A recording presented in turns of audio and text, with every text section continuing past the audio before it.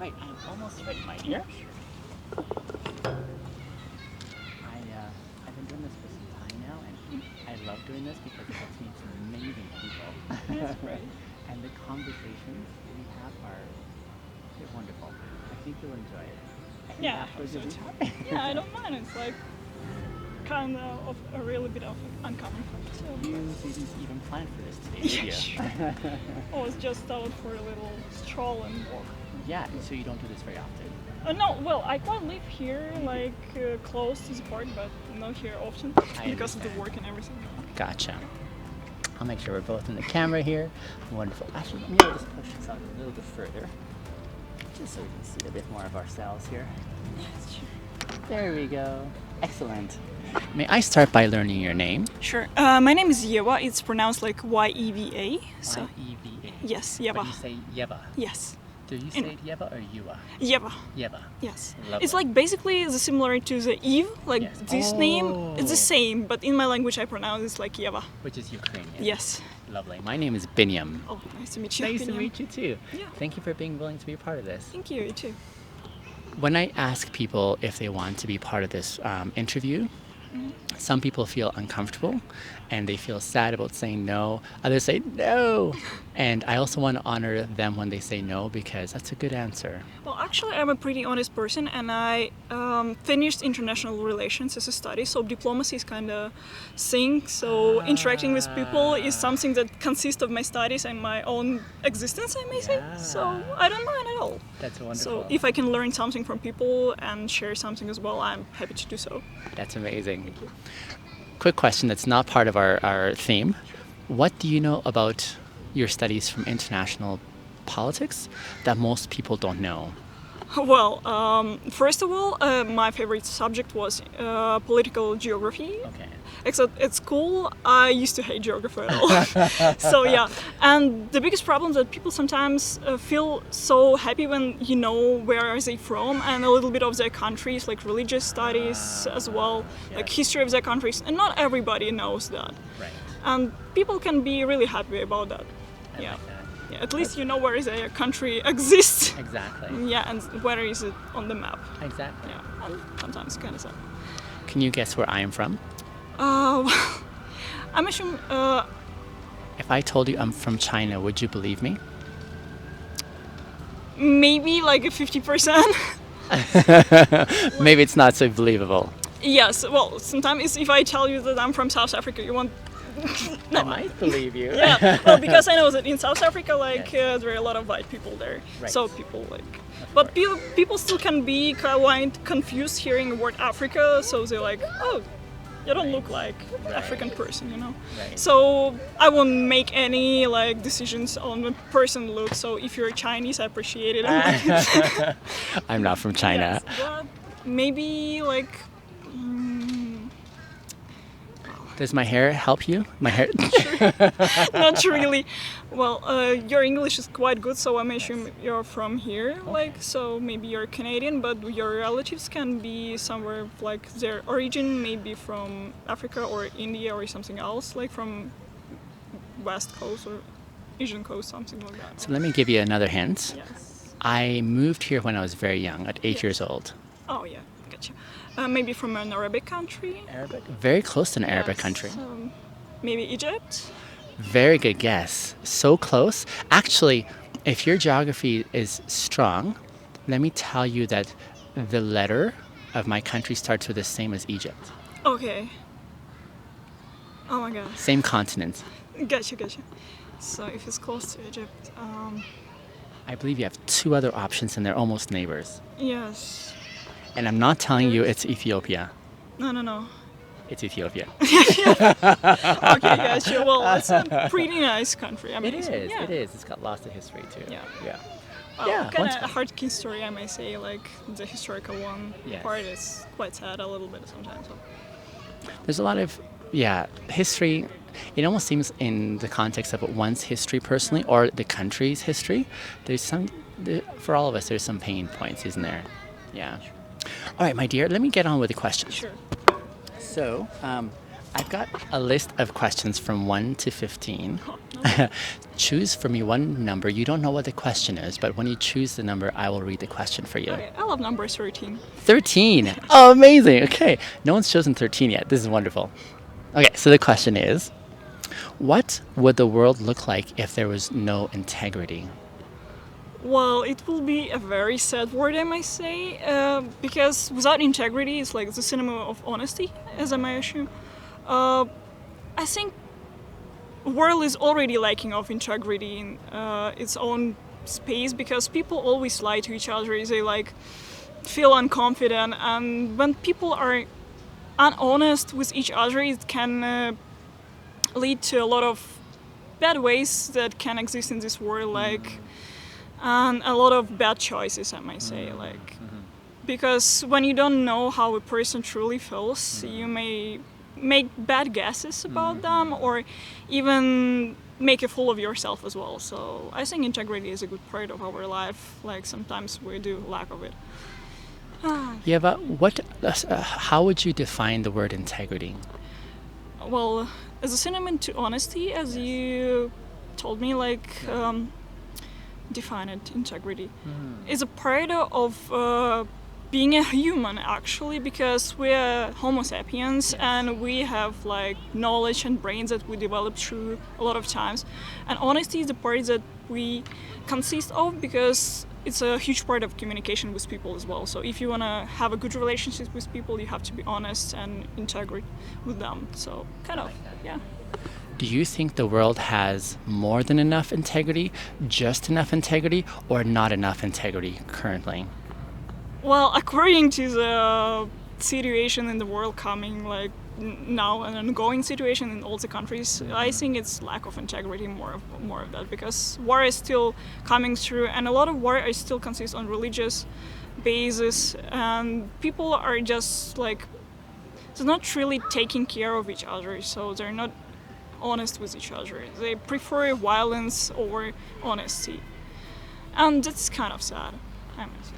Yeah, and they push people to through their boundaries and everything like that. They make people leave their homes, their loved ones, and everything like that. So with a lot of unhonesty, because they show it on TV and everything like that, they're making victim of those who are not, and like making something like that. So why do you think people in general then choose not to live with integrity over choosing integrity? Why does living with integrity, why does it seem more popular? I think people sometimes are scared of integrity. How so? Well, maybe showing others their true feelings can be hard sometimes. So they prefer to create their own mask to show people some sort of. And maybe being another person that people will like is better than showing themselves, kind of. So I think so. Yeah. And it's really hard to be honest with people sometimes, because when you face them face to face, speaking eye to eye, it's always hard to be your best self and your honest self. Yeah. Except when it's like always when it's problems coming with communicating with people, so you better say something not honest rather than honest. Right. Yeah. Since moving here 9 months ago from Yugoslavia. Ukraine. Ah. Well, we're close, but not so I'm close. sorry, that was my bad. No, it's alright. Since moving here from Ukraine 9 months ago, you've been here for some time now. Yeah.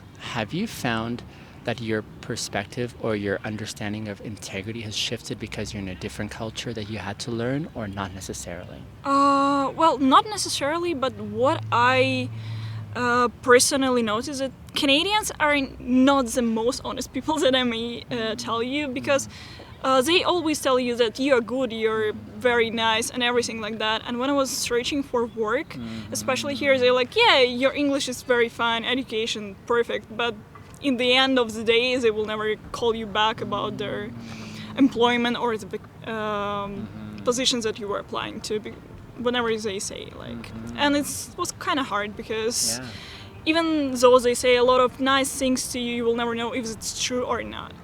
I see. In Ukraine, it also exists, and in a lot of places, but more or less you will receive something negative, but honest rather than pleasant, but Yeah. dishonest. Right. Yeah.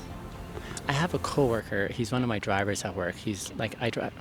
Yeah, and he just came from Ukraine with his wife, and he told me something very interesting. Yeva, he said to me, in Ukraine, they speak bluntly or forthrightly. They speak like very truthfully. They don't smile a lot. That's He true. said, when you're here, like he says in Canada, for example, they smile way too much, but they don't speak honestly. And he says over there it's opposite. They speak honestly, but they don't smile a lot. And he said to me something very interesting. He said, you smile a lot, but you also speak truth. Well, it all depends on people, but yes, it's really true in here because everybody can just walk at you in the street and say have a good day, and you're like, oh hey, sure, have a good day as well. And you're like a little bit confused at first, but then you're getting used to that things. Yes. Because in Ukraine, you will never see a stranger coming to you saying to you have a good day, and you're like, you're as a homeless person or you need something, and something like that. I understand. Yes, and yeah, maybe Slavic people can look a little bit intimidating because we don't smile quite a lot. We only smile in a close group of people or with people that we do truly like or we get a liking to or something like that. So yeah, having a smile on our face is not on a daily basis is not a thing. I'm afraid. I understand. It almost makes me think of another challenge, especially when you have different cultures, about the ways that cultures generally don't show integrity. So, for example, you were telling about this cultural context in North America where there's a lot of smiling, wishing well, but they don't really care. They ask, how are you, but they don't care about that or that kind of thing. So that makes me very interested about another exploration. That's a really good point. Yeah, thank you. A little further now. Like I told you earlier, my podcast is specifically directed towards young men and saying, young men, I want to inspire you to live with integrity. When you think about young men specifically, Yeva, do you feel that young men are doing splendid and wonderful in living with integrity? Or do you feel that young men in general are struggling when you see the culture? Well, I may say it's always like comes from the family side, and I think young men are kind of struggling with integrity because they are pushed to be like masculine, they pushed to be strong and not showing emotions too much. Like they think that it's a bad thing to be honest with people. They would rather close it inside themselves, and I kind of feel that, you know. I wasn't raised by parents because I don't have one. Yeah, I'm an orphan, so I was kind of raised on a masculine spectrum as well, so I kind of feel that, and you're always packing things inside yourself. And when you find a person, even beneath your friends, you're mostly closeted, so you're like not showing your emotions kind of most of the time. And I've had friends, male friends, who are like a little bit struggling with honesty because you see them struggling, but even if you ask them, they will rather say they're okay or something like that. So it's kind of problematic, I think. Do you feel women have it easier that way in expressing those things that men struggle with? Well, not so much, I may say, but maybe we're more honest with our emotions and kind of more open about them. Yeah, we can cry in a pillow and then feel better, but, but I don't think men will do something like that. Gotcha. Yeah. Gotcha. And like crying in person or in front of other person for them is kind of tough, I think. Yeah, you won't really see a man crying like a baby in front of somebody, like in very like little cases or something like that. I never in my life saw a man crying, actually. Yeah, and so yeah, I think girls take it a little bit more easier, but even though we struggle with it too. Are these struggles that you describe for young men the same in this country when you observe them as in your country? Or are they different? In my country, it's more controversial because they're like, you are raised kind of tough. Like here, even though this country is free for people, like it's free, it's tolerant, and it's everything like that. Our country is still a little bit more closeted. And you can struggle a lot, you can be bullied a lot if you're not looking a little bit like a normal person. I face bullying as myself as well. And they raise differently. Like men in our country are like strict, they're not showing emotions at all. It's really hard to make connections with them. Like as a father figure itself in our countries, they pretend to be very strict, very unloved to their children too. So they're not really showing empathy to them. So maybe the children that growing up, they kind of become bullies as well, because they see that happening in the family as well, because they're like constantly bullied, they're not worth enough, they're not good enough, and they're like collecting it on inside and then pushing it back on other people, so it can lead to not the best choices in their life. So yeah. So their family is not honest with them, so why would they be honest with others? So kind of thing. By the way, you're doing amazing in this interview so far. Like, she was just mentioning to me how she felt struggle with her language, but no, you're doing amazing. Well, You've got lots to share. well, I used to speak English since I was 5, but you know, it wasn't like on a daily basis. I speak my native language on a daily basis when I was in my country. Sure. And I don't use English that much, only at university and sometimes at work, but here you have to practice it, and it's a very good thing for me to improve it, because it's kind of funny because I don't have a stereotypical like Russian Ukrainian accent, like people can hear them, and they mostly like, people always ask me, are you Danish, are you German, are you even French, and I'm like, not French, thank you, sorry. Yeah, and as it's kind of eases me, because I always taught myself to not speak with Russian accent thingy, but they still can hear me that I'm not speaking the proper like Canadian accent, because I was born and learned the British variant of English, and then it kind of mixed up with American, like, so it get mixed, and I can still say a bowl of water Tuesday, but still, because of the influence of the American films, music, and everything like that, it's like kind of mixed up in a big snowball or of different languages and accents, and you're like, what am I even speaking? Before I came to talk to you here, just a few minutes ago, I was over in that side of the park, and I just met this young girl. I call her girl, she's a young woman. She's just been here for maybe 2 weeks. She's, I think, also from Ukraine as well. And I didn't interview her because she felt really conscientious about her English, but we had a lovely little conversation. Maybe I'll send her over and introduce you to afterwards. But to move on with the interview, one of the questions I like to ask is, Yeva, if you had some young men in front of you who were looking for ideas or help in starting to live with integrity, because they don't live with integrity but they want to, what would you encourage them to start thinking about or doing? Thinking or doing? Maybe first of all, it's like more self-consciousness, because you have to understand and start to feel your feelings that you're quite packing in like an old shelf somewhere behind your brain or something like that. And you have to start expressing your thoughts and feelings. If you feel bad, you can say so. It won't make anybody feel bad as well. Like, maybe it will provide you some help. Like, maybe people will start thinking that you're not the always smiling person in the group, but the person who can also feel something else, like a bad feeling or sorrow or grief, or even like self-consciousness, like in a bad way. And they may just give you their hand to help, like a helping hand. And to start with, like, start speaking to people you love and you trust.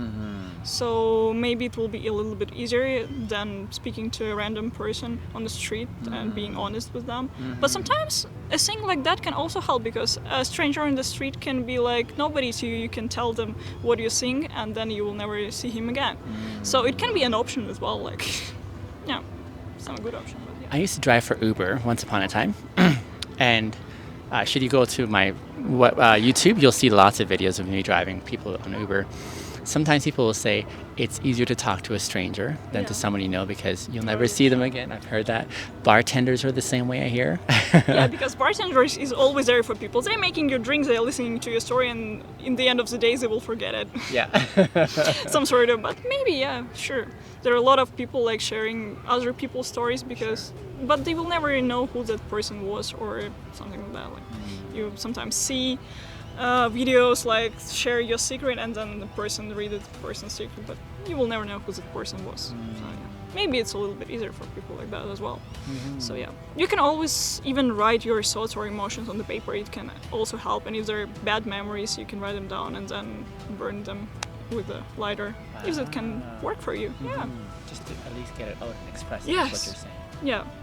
That's really cool. Yeah, there are a lot of ways to express feelings and being honest even with yourself. Like, start to be honest with yourself at first. Like, this is the point, I think. Yeah. Very cool. As we finish this interview, I want to ask you, do you have any questions for me? Well, sure. Maybe you can tell me what do you want to make this world look like? So what do you want with this integrity to be like? What do you want this world become with the integrity, like for younger people and younger men? So what's your view on this, like, whole conversation, maybe? Yeah. I like the question you chose without knowing. So the question again was, what would this world look like if there was no integrity? And then you asked me about that same question, which is lovely. I think listen, Yeva, life in general, I feel, has so much pain already. I think life is a struggle. You shared with me now that you are an orphan. I don't know if I can ever relate with you. I don't know what it's like to not have parents in this world. I'm intrigued by your story. I'm intrigued by understanding how did you survive and come to be where you're at. I have more questions. But regardless of if a person has parents or not, if they have riches or not, I think every one of us struggles. At the very core of our human existence, I would say it's an ongoing struggle. And then every once in a while, we get to enjoy moments of happiness or hope or joy or, excitement, many different things. But I think the choices that we choose to take, though, in life are really important. We live in a setting where we say that there's bad choices and there's good choices. And every one of us gets to make them on a daily basis. I think most of us struggle, from my observation, with choosing many choices that we're not happy with. Whether in the work that we chose to do, the people that we chose to spend time with, many settings in which we're like, this is not my happy setting. So saying all that, my goal is really driven from my personal experience. This means a lot for me because for a very long time, for many, many years, I was trying to figure the best way forward, but I kept making the wrong decisions. And the more you choose the wrong decisions over and over that are habits, and for me, the big struggle I had, there was many, but it was driven from dishonesty. I did not know how to be honest with the people around me. I did not know how to have courage in sharing my true thoughts and feelings. And so I started to live a life that didn't reflect how I felt on the inside. And so the more I lived this way, the more I felt disconnected from who I am and what people thought of me. And I think eventually it got to a point where I realized the longer I keep going, the more people I'm going to hurt. I was able to cover all of my lies and dishonesty, but it didn't feel like I was really living my life. And I really grew to a point that I said I want to be true to me first, and then I want to be true to everyone about me. And so that was a very scary decision, because I knew when I made that decision I was going to lose everything that I really valued. I had made a beautiful life. I had a great community. I was married. I had kids. I was successful in my career. But the very heart of it was I wasn't honest. And so I knew that there was a cost to pay if I chose honesty, but I really wanted to be honest. I really wanted to live on purpose in this life, even if it meant I was going to lose everything, which is the saddest part. So that was a few years ago that I made that decision, Yeva. It's been very painful lessons learning through them, but now that I'm here, I'm still pursuing what I want to live for, and I feel closer to it. And I remember, though, where I once was and how painful that life was. And so that's why I do what I do. I want to be able to speak to young men now and say, if you are where I was once upon a time, I would like to encourage you. I'd like to encourage you to choose this way, and maybe to also show you some ways that might be helpful for you. And that's why I do what I do. Yeah, it's a very great point, I think, and it's very nice study of yours and interviewing people, like sharing their stories, like their answers and thoughts about this, something like that. Because it's really important in life, because life is not black and white. Right. Well, it is, some sort of. Yeah, it consists of bad memories, nice memories, happy memories, like any kind of memories, like whatever you can experience in your life. And it's part of the life. It's better to find joy in every memories that you have, even the bad ones, sometimes, to maybe improve the quality of your life. You just don't, you have to live through those bad memories to make more happy memories. So, some sort of, I think so. Yeah, sometimes we get stuck in the bad seasons and we think this is all there is. Yeah. But if we can learn how to push through, Yeah. but even think about the choices we're making and make honorable choices that are driven by integrity and principles and values that help us get to the good part, and we say, this is worthwhile. Yeah, it's really worse. It's very worse thing, even when you're, it's like a nice breath of fresh air when you're struggling with something, and then you feel like you're starting to overcoming it, and then you're feeling like you're starting to live once again. Absolutely. Sometimes because when you feel stuck on a place, you feel like you're drawn underneath of the sea or somewhere else, and you're stuck on that place, and it's really hard on yourself. You like having a hard stone on inside, and when you start to understand that it's not everything that you have in life, that there's a lot of things to pursue, to enjoy, and everything, it starts to feel lighter and lighter whenever you like go back to the surface and feel like nice fresh air. So it feels nice, I guess. I have just one last question for you, sure. because I'm very interested. What would you say is your biggest lesson that you've learned in your lifetime that has been very, very important for you? Well, it's kind of a complicated question for me because my life is still going and I'm young. I'm just 23 years old. And I'm like, maybe it's the strongest lessons that I ever learned in my life. It's like, oh my god. You like it? Yes, really like. I'm a nice food for them because of my blood type, I think.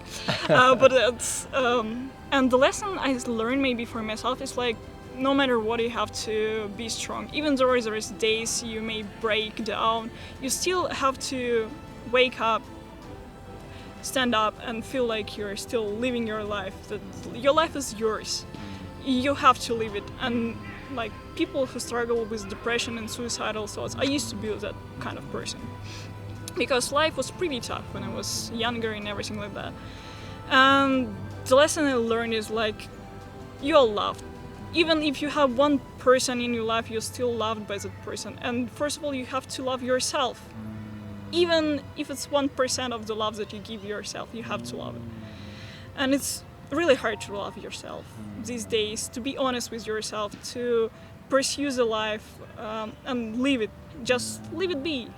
Yeah, you have to live because you will meet a lot of new people. You will meet a lot of other things that you may enjoy in your life. You will find things that you love, and just be honest with the things you want to do and the things you would not do.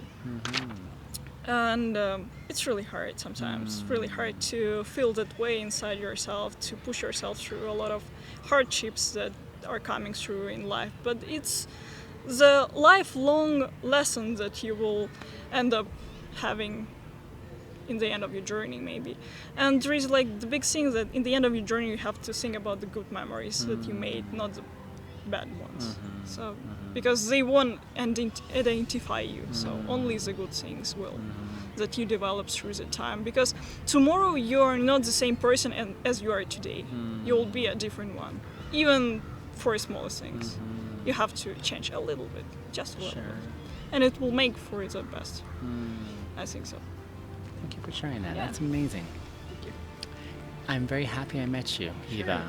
Same with you. I'm really happy to have a conversation like that because sometimes I feel lonely a little bit here because I don't have much friends, and I kind of trying to like pick the ground or something to find people that will be honest with me or maybe feel comfortable having company with me, like even for a cup of coffee or something like that. So most of the time I'm all alone on myself, and I may look intimidating on the outside because I have that Slavic appearance, like looking at people like, no, don't approach me. But I would be happy to be approached and have a nice conversation with people for anything. Actually, I love just talking to people, wherever they feel so as well. You remind me of something. When I used to drive as an Uber driver once upon a time, sometimes very intimidating big men would come in. They had big beards, they had tattoos all over, they had that look, you know, and they could be seen as intimidating, but honestly, like, those are the ones who had the softest hearts, and they were crying by the end of the ride, or you know, that kind of. So how much of life we usually go by on perception. When we see something, we say, oh, and then we read the book by its cover and never get to learn the truth about the beauty in someone, right? I've heard a lot of people like who knew me back in Ukraine, and they're like, before they knew me in person, they were like, you look kind of intimidating. We were like, weren't able to approach you because we thought that you will set up fuck off or something like that. And I was like, no, I won't. I'm the nicest person you will ever see in your life, but, and I can buy you a cup of coffee. But yeah, you see me as like a bad person in black.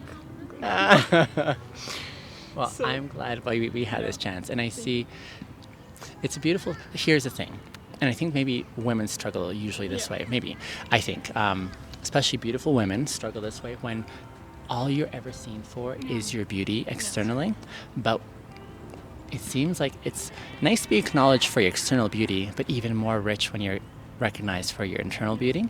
And I'm not sure how long it's been for us. It's been like, oh goodness, I've taken half an hour, not 5 minutes of your time, darling. No, it's fine. I don't mind. But I like being able to see into you, your soul, and that's why I think this has been really beautiful, really special.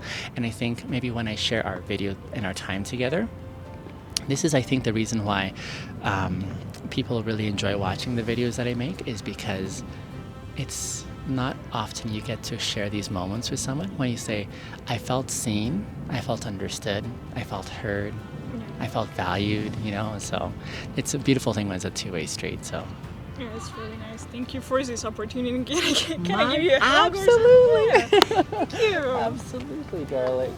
Oh, you're so sweet. The pleasure was mine, dear. Yeah, sure. Well, that's our time with Yeva. Yeva. Yes, thank you. So Paxton as well. I cried. Nice to meet you, everybody. Thank you. Thank you again, my dear. No problem. Tell me a little bit about your artwork, by the way. Oh, well, it's like I'm just doing some studies, but yeah, sometimes drew. I'm more of a digital artist, so I drew on my graphic tablet, I think. But sometimes I do things like this. I'm gonna show the picture on here. That's like really fine work there. Yeah. Like, you usually do your work on graphic, but you also have skill. Yeah. Goodness, that's amazing, darling. How long would that have taken you to do, for example? Well, not much. I'm mostly doing sketches like within an hour or two, or maybe if I'm like in the mood to do so. Like sometimes it's my new sketchbook, so it's not really filled out. You're breaking it in. Yeah, that's awesome. Yeah, but I mostly do my art on the digital graphic tablet or something like that, so it's more online than on paper. And sometimes I feel sad about not drawing on paper, because I used to like it so much, and now like we have technologies instead of the paper stuff, and it's kind of sad to acknowledge that you're not really enjoying drawing on the paper and with natural materials, and you old school do now. Old school way, for sure. Well, that's a lovely skill. Yes, and it's kind of hard sometimes. I hope I see you again sometime. Yeah, sure. I can give you my like Instagram. I give you? That's a great place to start. And then you'll also find my name under the same. Like, this video will be on my YouTube account too. Sure. But if I give you my Instagram, that's a great place to start. Hold it. BINYAM. Oh, there I am. Perfect. Now you can find me that way too. I'm gonna walk back over that way. Is it okay if I see that other girl that I saw there? If I bring her, introduce her? Yeah, sure. If I see her. Yeah, sure, no problem. She might have left already. I'm not exact. She's young too, like you. Me? She's 24, but nonetheless. It'd be No nice problem at all. to make that connection. Thank you. Thank You're you. so welcome, darling. Thank you. Hope to see you again. Same. Thank All you. right. Have a good day. You too, darling. Bye for now. Bye bye. Have a good day.